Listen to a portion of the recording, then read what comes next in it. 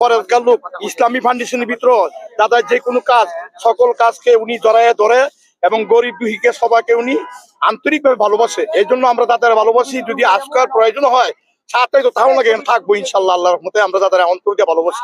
আমি শাহ মুয়াজ্জেজ হোসেন কায়কোবার সাহেবের দেখবার জন্য এক নজর দেখবার জন্য উনি আইছি। আমি ফজর নামাজ এশার নামাজ পড়িয়া প্রায় এক ঘন্টা ঘুমাইছি। এরপরে সারা রাত আর ঘুমাই না ঘুমাই আমি ফজর নামাজ পড়িয়া এই গাড়িতে রওনা দিয়ে আমি সকাল 7টা থেকে রওনা দিয়া এই পর্যন্ত আমি সকাল 11টা পর্যন্ত কাজী শাহ মুয়াজ্জেজ হোসেন কায়কোবার সাহেব দাদাভাইকে দেখবার জন্য, আমার প্রাণপ্রিয় নেতা কাজী শাহ মুয়াজ্জেজ ভাইকে আমি দেখবার জন্য একটু আমার আনন্দ লাগবে, খুশি লাগবে। আমি আলহামদুলিল্লাহ আমি শাহ মুয়াজ্জেজ হোসেন কায়কোবাদের ভালোবাসার কারণে সবাই চলে আসছে।